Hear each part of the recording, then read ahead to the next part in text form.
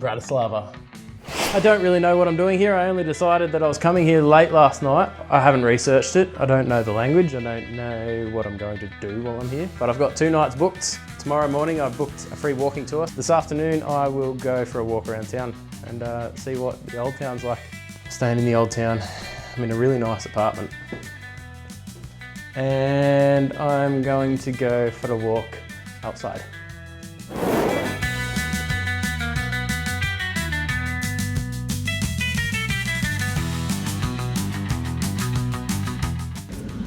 And just a quick walk through Old Town has made me realise maybe I didn't book enough time here.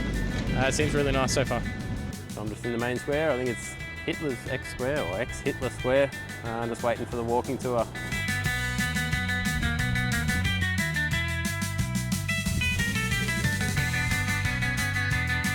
Heaps of statues around here.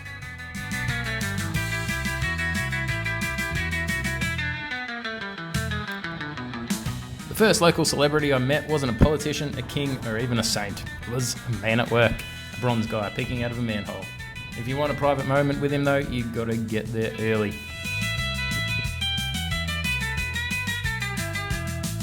Next up, Michael's Gate, the only surviving medieval city gate. Back in the day, this was used to defend the city. Now it's mostly to defend Bratislava's Instagram aesthetic. Essentially, it's just an entrance to Old Town. Naturally, sightseeing makes you hungry, so we stopped for a traditional Slovak bajgel. I tried the poppy seeds and walnut varieties.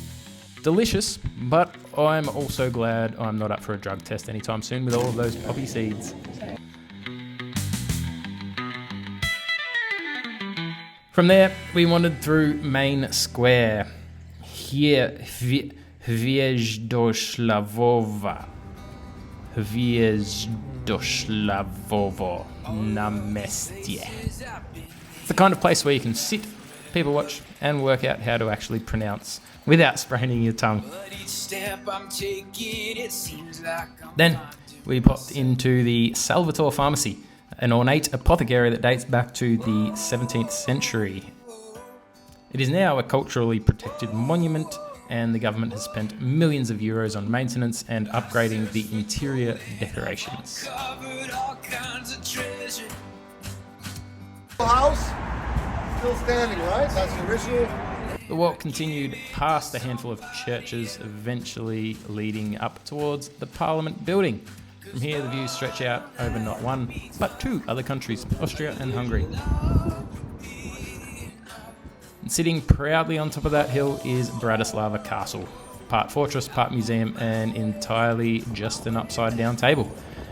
If you're looking for a landmark that screams both history and IKEA chic, this is it. And that's the end of the walking tour. Finishes up at the castle because it's the main point of the city and there's good views. You got Hungary over that way, you got Austria over that way. Vienna's only 55 k's away. So a lot of people come here from Vienna. Yeah, some good views from up here, but I reckon from the UFO bridge, probably better because you get the castle in the view. From here, it's sort of pretty flat and boring. You get windmills, and you get the oil refineries back there. From the UFO, you get the castle, and you get the hills on behind the castle. Don't think I'm going to bother too much with inside the castle. The guide said if you're not that interested in very classical history, old stuff, don't bother. So I won't. All right, I'm out for a walk. I'm crossing the Danube River at the moment. I'm going to the UFO Tower restaurant. That thing. The UFO Tower. Yep, that's its real name.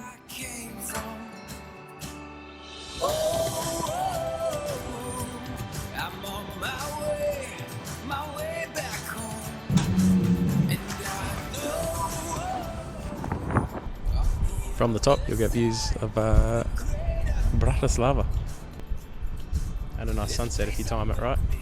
You can see everything up there, and the pamphlet you get tells you exactly where to look.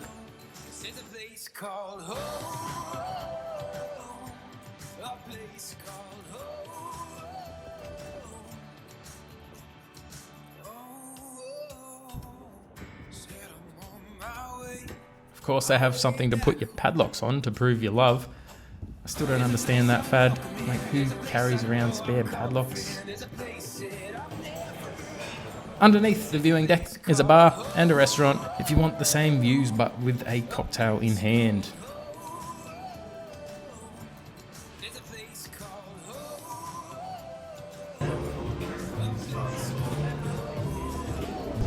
If you want to go to the restaurant, you do need to book. I overheard someone saying there was no bookings until 9 p.m. and it's a Monday night, but you can get bar food and drinks.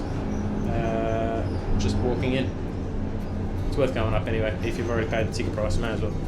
And have a nice drink. And a nice view.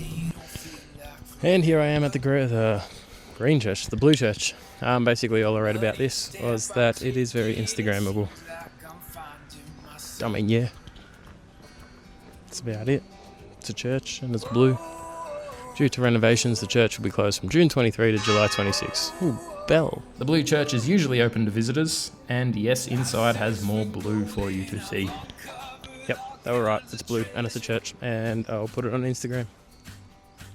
On to the next stop.